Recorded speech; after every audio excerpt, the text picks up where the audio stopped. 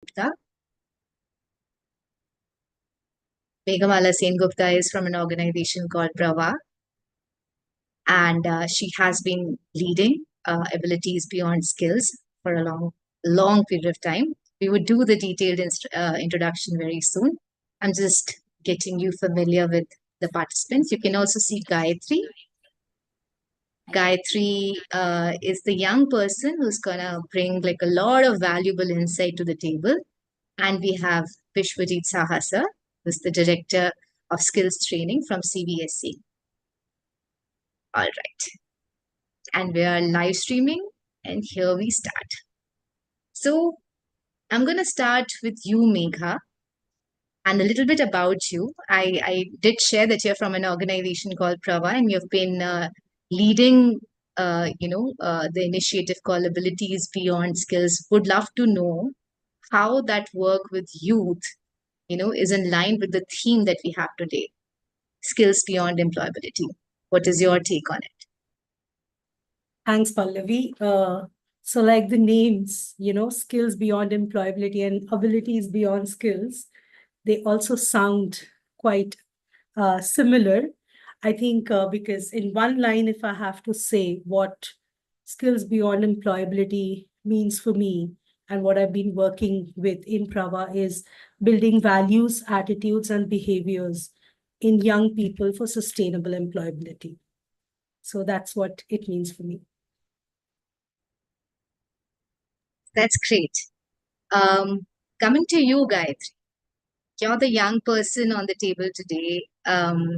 You are an MBA student in second year, but more than that, like you've first-hand witnessed adversity. You have gone through a life skills curriculum, and you have a lot of insight on what skills mean, right? So when I say skills beyond employability, what does it mean to you? So thanks for that, Pallavi, firstly. And yes, skill beyond employability for me, I get a phrase out like, okay, there is a phrase saying change is inevitable, but the transformation is your choice. Change happens for a reason, for a situation demanded, for something that is, that is unpredictable, that you have to change from for, the lifetime. But the transformation is your choice. The wish, the way you be is your choice. So once I got to know something about the skill beyond employability, this phrase I got into my mind. So I just went. Thank you so much for that, Gayatri. That's really wise, right? I think we have like a lot of things that we should note down for today. Over to you, Sibaji sir. So how would I describe Sibaji sir? Like for me, he has been like the mentor. He is sort of like a very famous figure in deaf community. We can think of him as Shah Rukh Khan from the movie Swades, right? So in Swades, what happens? India is calling him back. Similarly, Sibaji sir was a lecturer in UK, but he came back to India. He has set up a school in Odisha, and he loves being close to nature, very experimental with his ways of what education should mean, what skills should mean, and the insight that he brings is very unique and very different from everybody else. So, Sibaji sir, when I say skills beyond employability, what is your perspective? What is your take on it?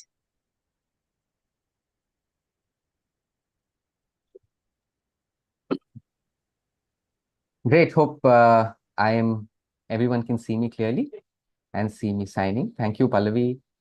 Plus, thank you, Dream a Dream, for having me here. I'm very happy and I'll keep this brief. So skills and skill and education, these two terms, I think what's the difference? So education definitely is important, and skill, which comes first? Sorry. So education is the basis, the foundation, right? So 2 years ago, there was an institute which invited me. And there was a lab assistant training for the deaf. One institute opened up this kind of an opportunity. Now, we are talking about a community which might not even know the basic spellings in the pharma industry. The words like blood and all of this, they would know the concept but not know these words. So, you understand the concept of whitewashing. So the skill training, I would say, for the deaf is like a whitewashing, because the root problem is still, not being looked at. And deaf people, everyone needs skills. Everyone wants to have, successful life. I'm just checking if my internet is good. Everyone needs skills. And, we shouldn't think of the deaf community needing different kind of skills. But we shouldn't even think that it's the standard trainings would apply to them. I'm sorry. Yeah, I think there's an internet issue. I hope we'll get him back soon. Vishwajit, sir, good evening. And yeah, I'll start with a short introduction. Sir has been leading the skill department at CBSE, I'm and a lot of sorry. I'm sorry, Sibaji is back here, the interpreter here. Can everyone see? I don't know what happened. I'm sorry, if I can just take 2 more minutes, I'll keep it brief. Okay, continuing. So what I see, skill and skill-based education, I think it should be together.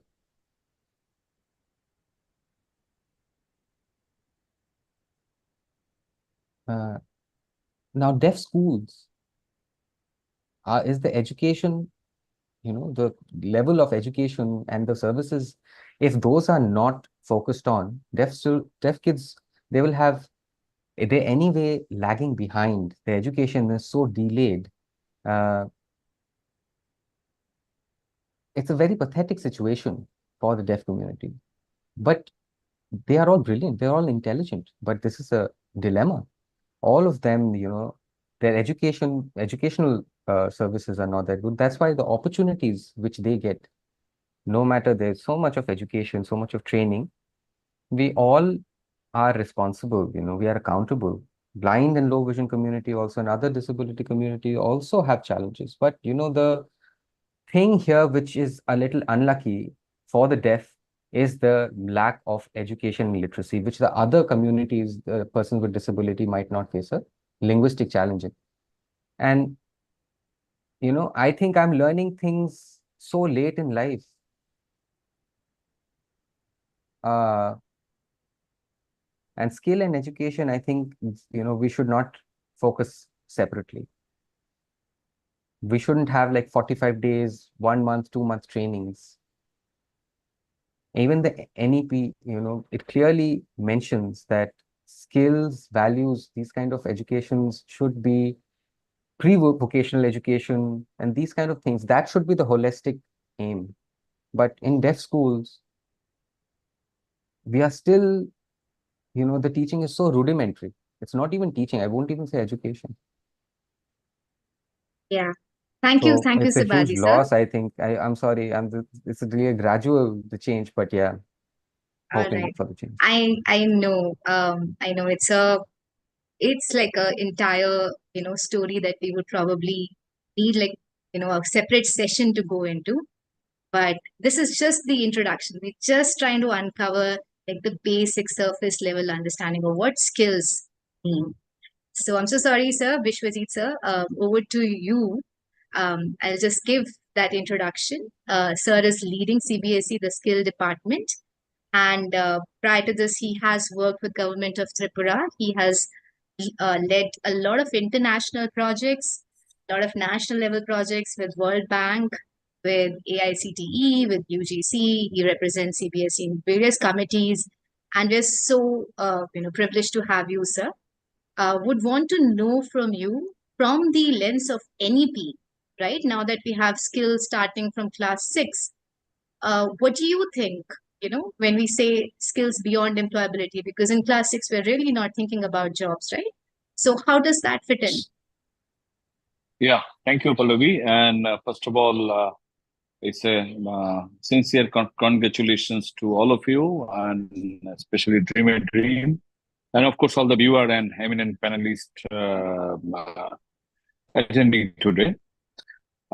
Skill beyond employment is basically, if we, as you have rightly asked, with the lens of NEP, we see in terms of life skills. Broadly, it's a life skill. So once we can internalize any kind of life skills or any form of life skills, and if it is hands-on skill or using toolkit for daily household activities or any kind of small plantation gardening, be it anything at home, and even if a student uh, in schools is helping his mom and dad in putting off the fuse bulb, a new replacing that fuse bulb with a new bulb.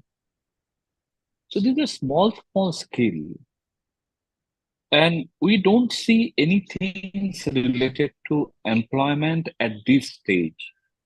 So one aspect is before employment, another is skill is within the ambit of employment, and your question is beyond employment. So there are three perspectives we can align with respect to skilling, and under the broad umbrella of life skills, I think all three can be fit in. So we see an NEP rightly focuses upon how from grade 6 onwards, we put the vocational subjects or skill subjects as a compulsory component of life. And early introductions, it definitely help them to become a better citizen.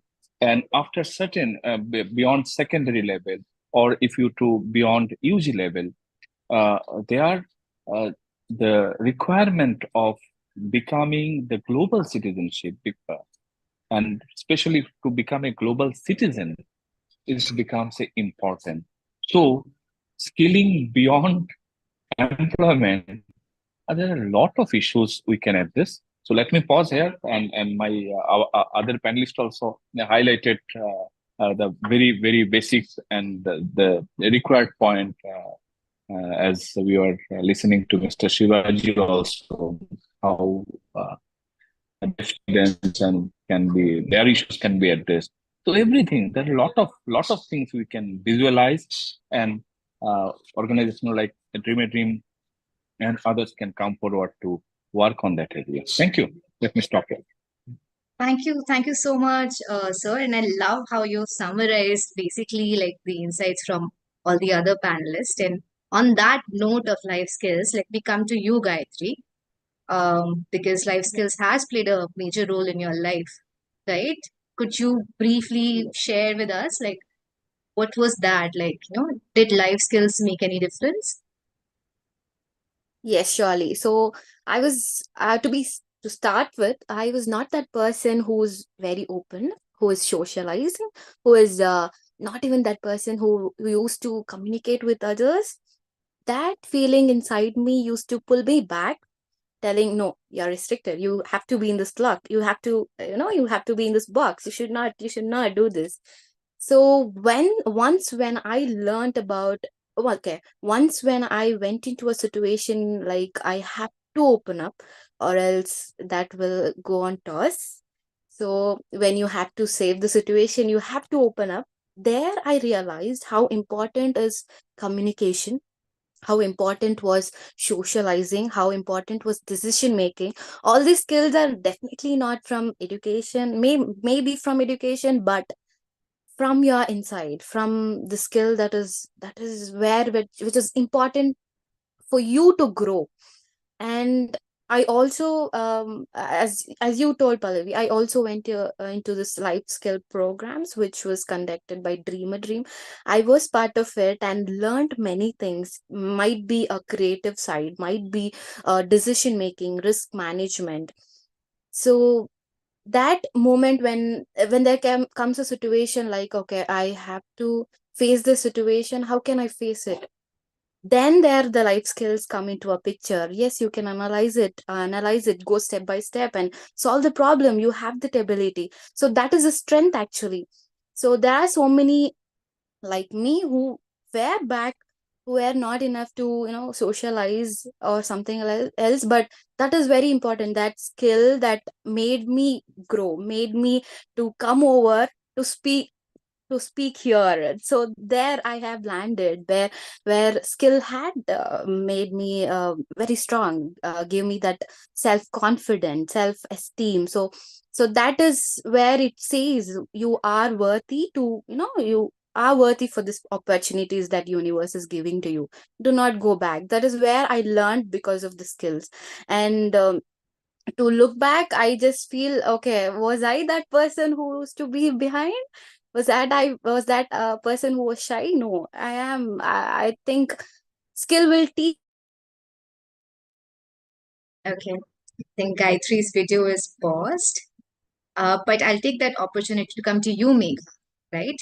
So life skills, when it's happening, it's great, but it's not really happening so much in the system. And still, like skills is equal to job, and it comes to technical skills. I mean, what do you feel are the gap areas when you look at this scenario currently in terms of skill education?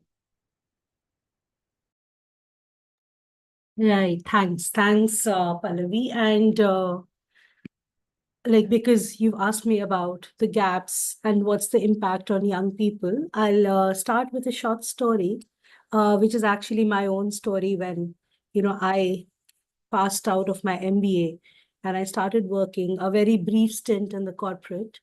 So I was taught how to, crack interviews. I knew how I should be dressed up. I knew some do's and don'ts that I'm supposed to do and not supposed to do.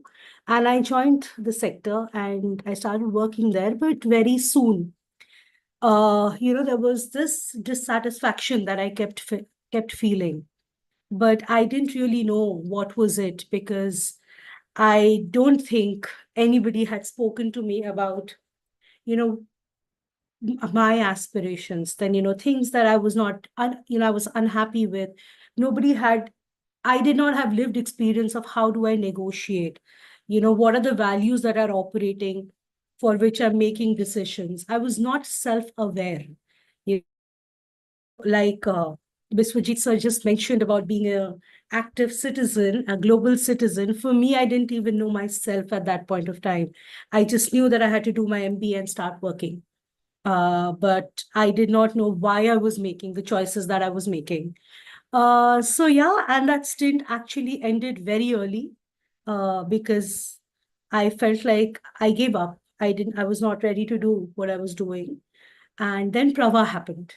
And it is only when I joined Prava, I knew that the skills that I had learned throughout my, say graduation, post-graduation school, and I studied in decently good, institutions, but I realized that they were preparing me for a job. How do I do that particular job? But it wasn't really preparing me for life. I did not know what to do when I didn't like what I was doing, or I felt like this is not my calling. I didn't know how to deal with that.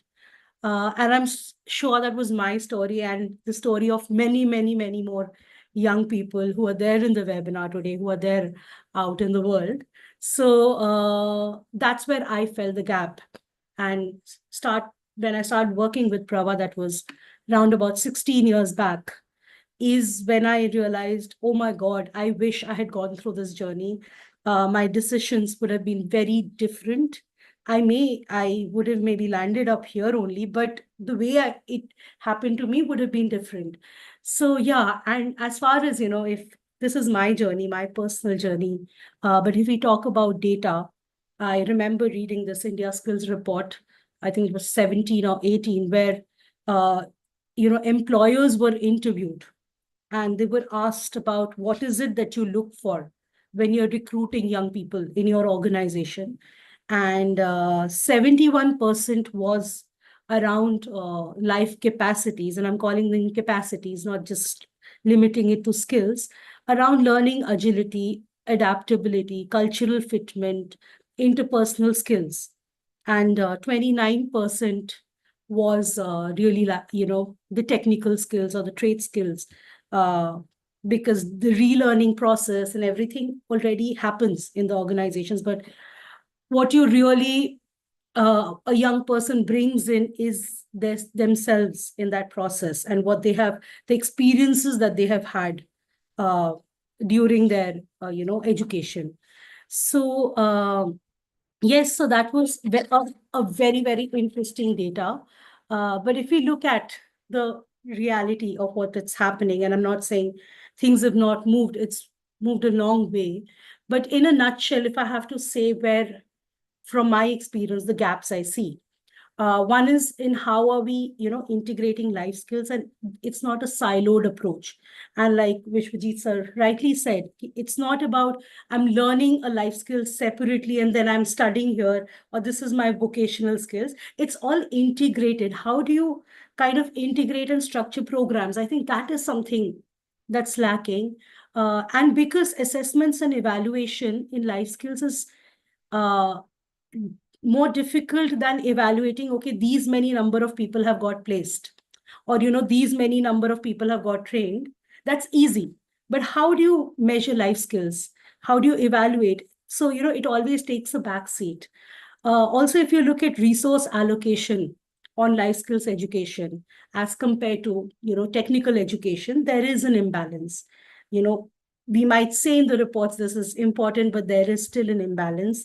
uh, and one big one is trainer, investing in trainers. Uh, from my experience of doing TOTs, I just feel like they are a gold mine. They are the people who are actually engaging with young people. Uh, there isn't much emphasis on, developing them. Emphasis on life skills with them, emphasis on how to work with young people. It is not just about giving them the skills. It's also about how do you engage them and how are you preparing them so that they're able to sustain their employability and make those decisions and choices. And hence, I just feel like how do you go beyond the technical skills and create meaningful journeys for young people? Yes, that's it. Hmm. Thank you so much, Megha. I think that was very comprehensive, and I think that's something that, yeah, I mean, that's something to reflect upon, right? So if we are only investing in technical skills, maybe that's the component that's get strengthened. I would want to know from you, Vishwajit sir, that now that we know the gap areas, how do you see the way forward? What can we do? How can we make that imbalance balanced? What is it that we probably, as a government stakeholder, how can NEP support us in this, and what's the way forward? Yeah, I think there is a great vision emphasized by new education policy, especially on the component of skilling and vocationalization, besides other academic intervention. And if we look into the roadmap that is covered through its curriculum framework document, the National Curriculum Framework document, so there the lot of emphasis has been given with the early intervention, and especially if you look into the dynamics of student engagement and the teachers' capacity development, there are a lot of things what we can do together. But I think this is high time where we can encourage the parent to promote skilling. One is definitely through the policy intervention, which is already there. But if for a moment, for a 30-second, if we want to understand what is skilling and what is vocational education, just you imagine, close your eyes and try to understand what kind of glossy pictures or cloudy pictures are coming before you, and that interpret that limited understanding on skilling. Be it literate or illiterate, no matter. One cloudy pictures. You imagine for 10 seconds about vocational education, about skilling. So certain job role will come, and uh, our dictionary is limited with those cosmic words.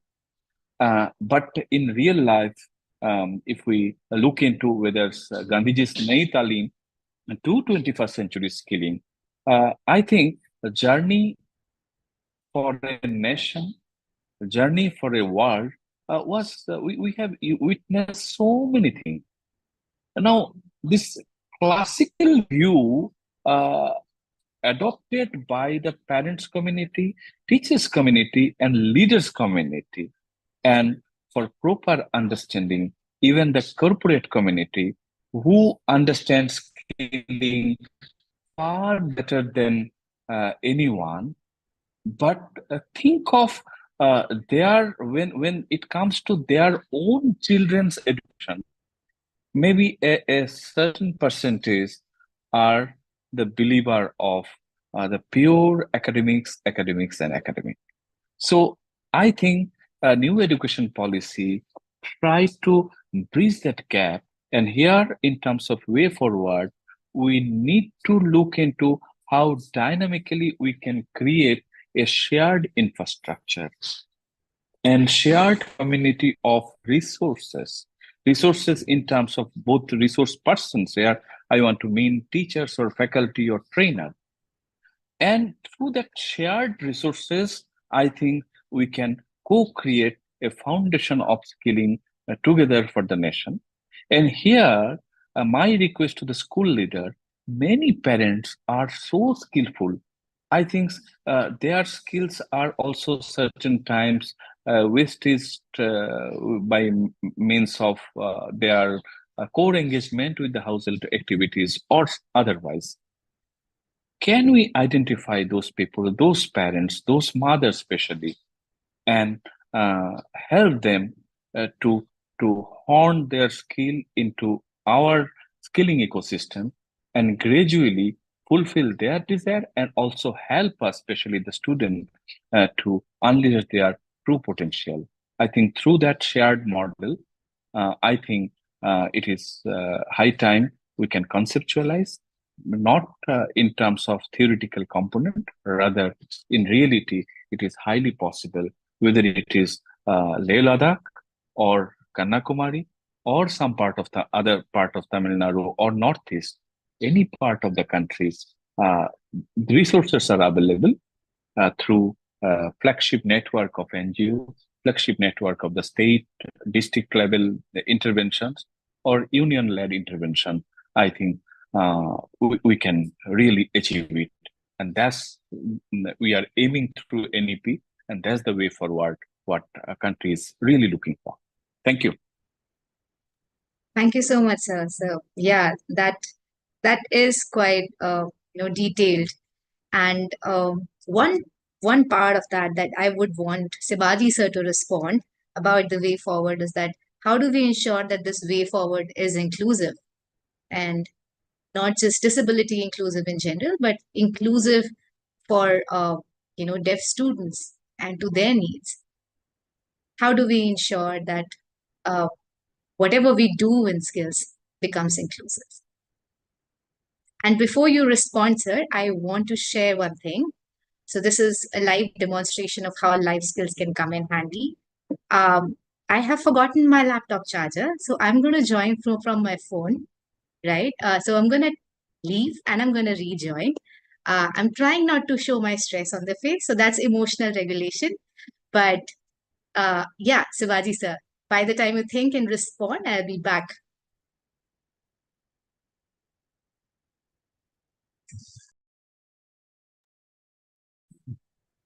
Okay. So I think, yeah, this is important. I would like to emphasize that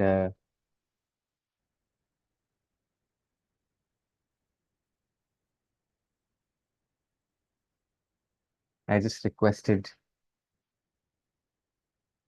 Sibaji sir to sign his hands interpreting. Yeah, see much better. I'm sorry, it's raining and the internet is very bad. I'm sorry. It's raining cats and dogs. I don't know. Anyway, but thank you. I said that what I see is that there's this change which we are going through around the world. Deaf people, persons with disabilities, of course, are lagging behind in so many. Can you see now? Yes. So the reason why persons with disability, it could be because of wrong policies or bad policies, or it could be because of you know that simple fact that persons with disabilities are not involved in decision making during natural calamities, etc. How we are just left helpless.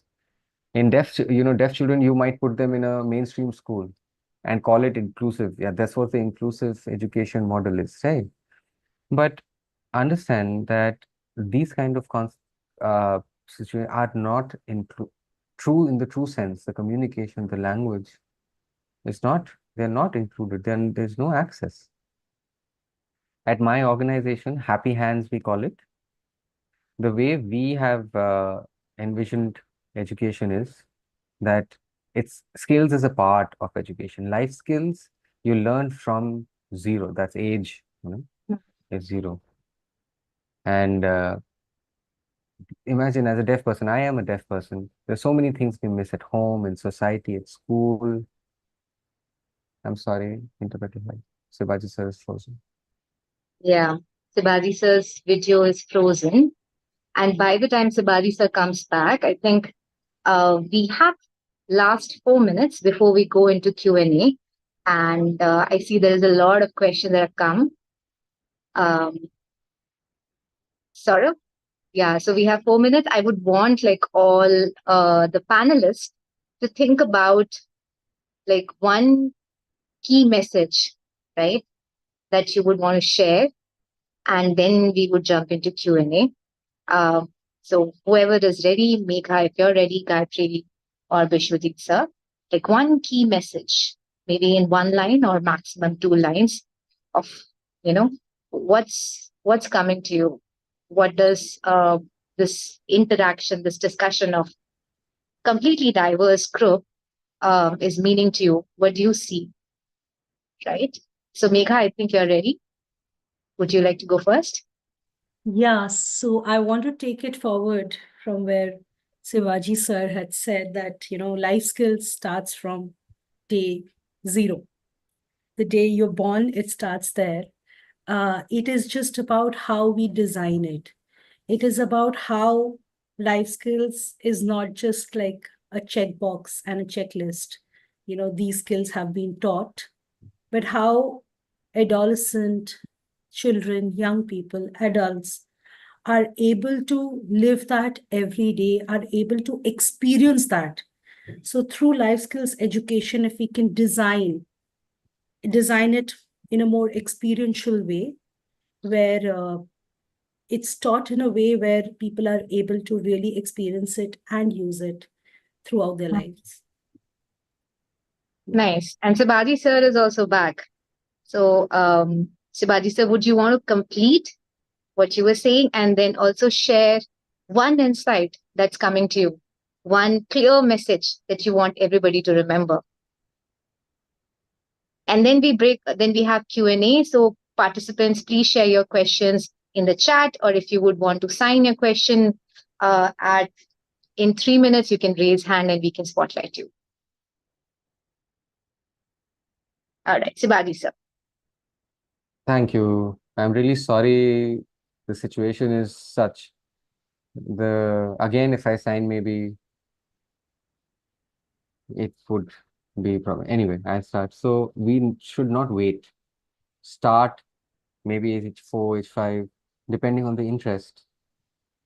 It's also a little introspection, right?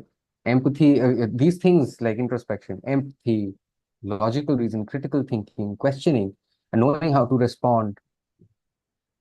For our school, it's so important for deaf children, they need to see role models who are deaf. They don't communicate with parents. They don't get to communicate with anyone in school. Our environment is a 24/7 accessible environment. And you can see the way the children express. They love nature. They love trees, plants. They're so good with art. They love animals. They can cook. And these are really young kids. And this is skill. This is how, they're blooming. There's no course. I don't think there's a course required for this.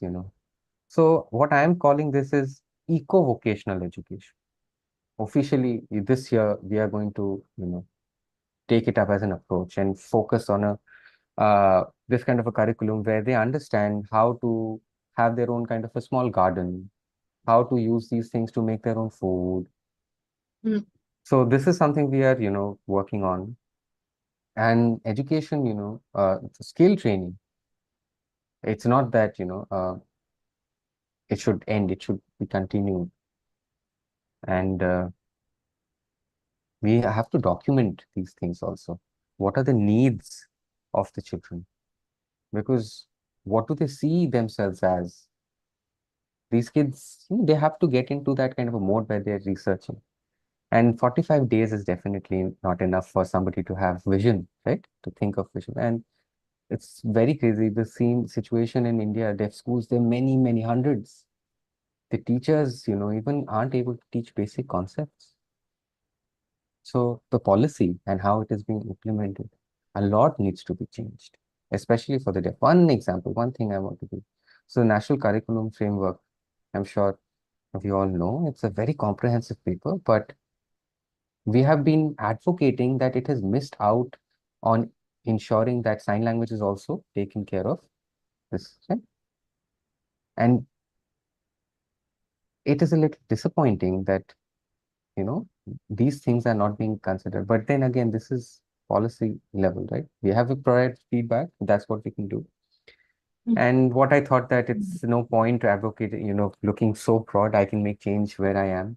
Maybe in 10, 20 years, that's how policy, takes time. And in this small capacity, I don't think I have such a big impact, but they're so lagging behind. And all over India, I'm saying the situation is so difficult, we really need to push it. So yeah, thank you. Yeah, I know. I know. Thank you so much, Sivaji sir. Yes, Megha, we will come to you. Just want to check with Gayatri. Gayatri, do you have something that's coming to you that's, that strong sentiment about skills, right? And how it should not just be all about jobs. And if Gayatri's internet is not supporting her right now, I think we can come to you, Megha or Bishwajit sir, if you would want to come in and share like one line as what would your major, point of reflection would be? Yeah, one line could be social empowerment through skilling, and also how we can figure out a collaborative model with community. Wow. Thank you. Yeah, thank you. Thank you so much, sir. I think you still have to stay. We would have questions. I think we're having a lot of questions in the chat. But that's beautiful. That's a beautiful thought. Gayatri, would you like to share something?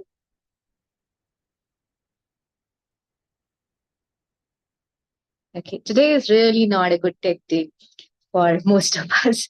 Megha, please go ahead. You had something to add. Yeah, I think it's very much in line with what Biswajit sir just said. It is about, collaboration and how, organizations like Dream a Dream, Prava, and organizations which are putting emphasis on life skills. And then there are organizations which do brilliant work in technical skills. How can, we build a consortium along with the different stakeholders, which includes the government bodies, the other NGOs, the other people in the community, the trainers, the educators, the institutions, how we can build a consortium and have, not duplicating the work that one is already doing, but create something and run it with everybody. So I think that collaboration is extremely key for social empowerment. Absolutely. Couldn't agree more.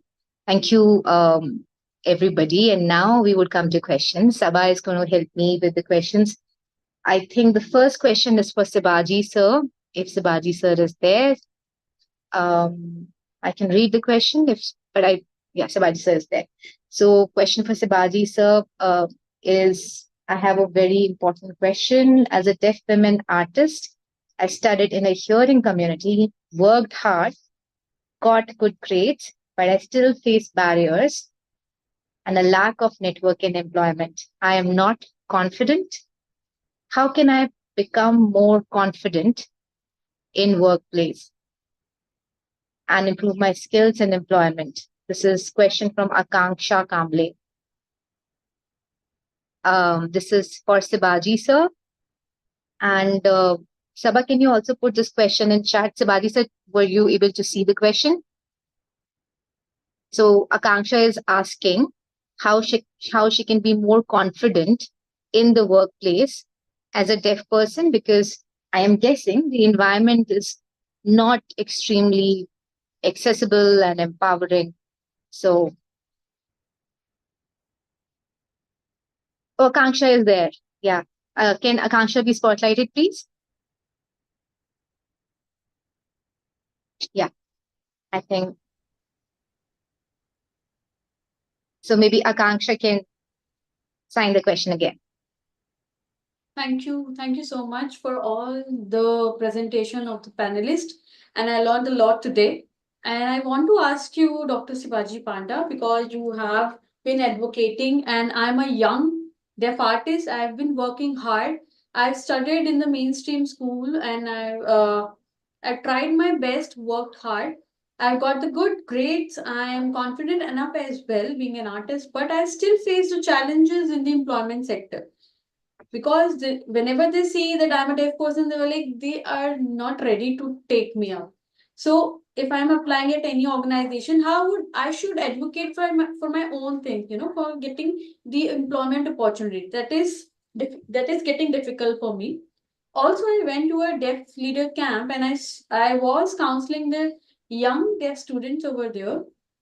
So students who were studying in 9th standard or 10th standard, some students, they were saying what we should do in which stream we should take in 11th standard.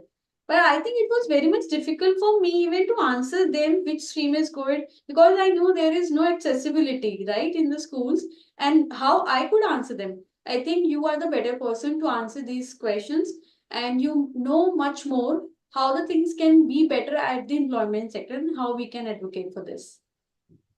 Okay, thank you, thank you. That's a great question. Hope you all can see me now. Skill, 1 hour, 1 day, 5 day, it's not, this kind of a work. Confidence in itself, a 5 day camp for confidence building is not enough. Deaf children need who are the role models for them? The deaf teachers or friends, or some of their colleagues or peers in the classroom who may be seniors, that's their world. And the only thing is for them to understand how is the workplace environment, how's the work world, what is the, environment, like the policy in these kind of contexts. All of these things, is not what we get in the general day-to-day conversation. Work, life skills,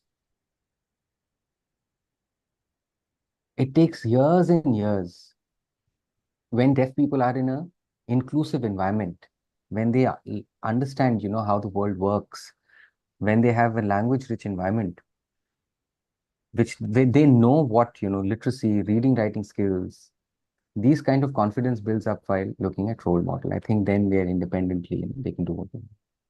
I totally understand your point, but the thing is, being an artist, I still face a challenge, and company is not ready to accept, because I'm a deaf person. So how I could, get this through?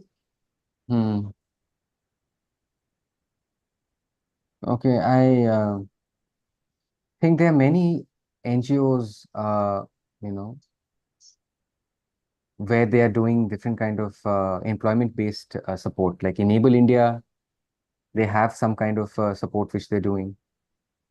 But people who don't know how all of this works, how the corporate world works and all of that, I think they can get these trainings. And also, there are many, many hearing people, millions of hearing people who don't have jobs. So for deaf, I think it's important that, if one thing doesn't work, we figure out and try to open more doors. Why, I am worried about this thing, the employability. Pallavi, we are so sorry. We are running out of time and we can't take much more questions. I'm so sorry. I was just curious enough because Dr. Sibaji was here, but thank you for answering the question. Sibaji sir says, I can take this up. We can text and call later. Yeah, Great. I know there will be more questions, so that's why there's one question in the chat for Bishwajit sir. The question is, what advice would you give to youth about balancing career-specific skills with life skills for overall well-being? If sir is here. Yeah. Yes, sir. So, balancing at the school level is difficult because there are certain skills, especially if we're starting from our foundation, numeracy skill, uh, and the other literary skills, communication skills. So, and gradually entering into the aura of our academic subjects. So, initially, one cannot think, or we can think, visualize, but may not be rigid on a specific career right at the beginning. But gradually understanding the pathway and later on looking into what kind of professional skill we need to acquire so that its foundations and its top up are really balanced. Our education structure is made in such a way so that the learning more focus should be towards so the pattern of learning how it could be more experiential so that gradually the all pattern of life skills one can acquire. And be it starting from the school, if one go to library and then again coming by on its own from school to home. So there are a lot of learning, and these are especially life skills. But if we look into the vocational skill or any practical skill, whether it is related to STEM or it is related to communication. So one can really garner into its own premises, especially in school, also at home. So altogether, the nature has given us the power, and I really appreciate Shivaji's point towards eco skilling and all. These are in Japan and in other country. These kind of practices are very much there. So here, uh, maybe in some part it is very much there. In some part it is really missing. So balancing in the curriculum transactions, this is the message for the school leader, but for the college ecosystems also, these days there are a lot of momentum for balancing the professional skills and including the knowledge and ethics culture. So altogether, some way the system is trying to properly balance, but it is more depend on the individual instinct, what way he or she like to acquire it and balance it. Thank you so much, sir. I think that's a wonderful response. And I think in part, like you've also asked, like what I think Archana had asked before, right? Basically, like how do you when the student asks you what career choice or where do you go? I mean, there's this balance between like the clarity and then does the clarity become your rigidity? How do you keep on exploring? How do you balance those nuances? So I think it's really wonderful. Sabha is telling me that we don't have any questions, but I have a question for everybody. I would ask everybody to think of one word that's coming to you now after all of this discussion. That word could be something new that you have learned today, or a takeaway, something that you're taking away from here. And the panelists can also respond, right? Feel free to, raise hand if you would want to spotlight, or if you can put it in the chat, that would also be good. What is that one word that's coming to you? I think Gayatri has not shared the last bit, so I would ask Gayatri to start if there's one word that's coming to her. Yeah, Pallavi, that was a very bad internet. Sorry for that. And one word is, I guess, that is confidence. I think that is where I am taking from here. That is where that is very, it's not so easy. It's not so easy to take it, but it's not so easy to analyze that. But that is very important in every situation.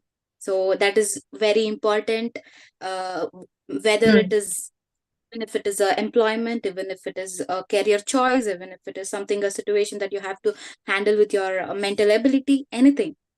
Confidence is something very important. That's something I'm taking out from everything. I think I got something more that I wanted from this panel. Thanks so much for everyone there.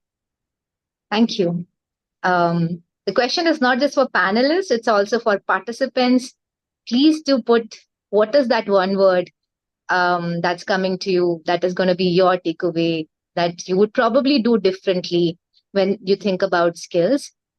But yeah, I mean, panelists, please do share. Sibaji sir, what's the one word? One word, okay? Only one word that's coming to you.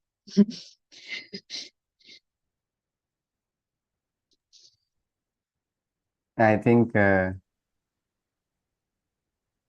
one word I think starts with C.